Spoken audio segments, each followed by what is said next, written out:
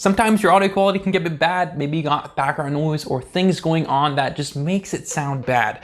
But there's a new tool from Adobe that lets you fix this. Here's a test video that I did. I had a whole bunch of fans and things going on. Here's what it sounds like. I got a lot of things going on in the background, fans and things. Hopefully you can see the difference of what this audio tool can do. I got a lot of things going on in the background, fans and things.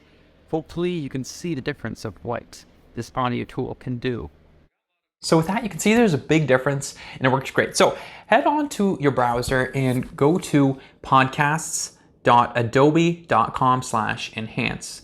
And there'll be a link in the description. It's gonna be super easy to do. So what you're gonna do is just tap sign up if you haven't, or sign in. I'm just gonna sign in because that's what I have. And then just go through Google account or whatever.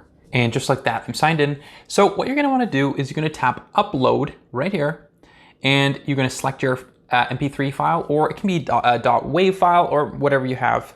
And we're just gonna tap open, and then it's gonna start enhancing it. This will usually take a pretty short time, all depending on how long your video is. I have a quite short 8-second video, so we'll see this. So you can test it right here.